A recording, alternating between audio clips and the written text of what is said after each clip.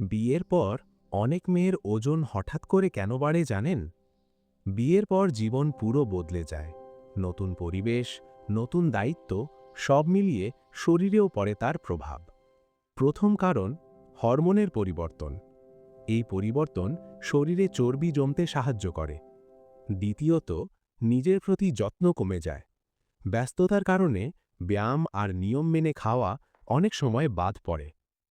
তৃতীয় কারণ, ঘুমের অনিয়ম। ঠিকমতো ঘুম না হলে শরীরের মেটাবলিজম ধীরে হয়ে যায়। খাদ্যাভ্যাসও বদলে যায়। অনেক সময় অজান্তেই অস্বাস্থ্যকর খাবার বেশি খাওয়া হয়। এর সাথে থাকে মানসিক চাপ, যা অনেক সময় অতিরিক্ত খাওয়ার কারণ হয়ে দাঁড়ায়।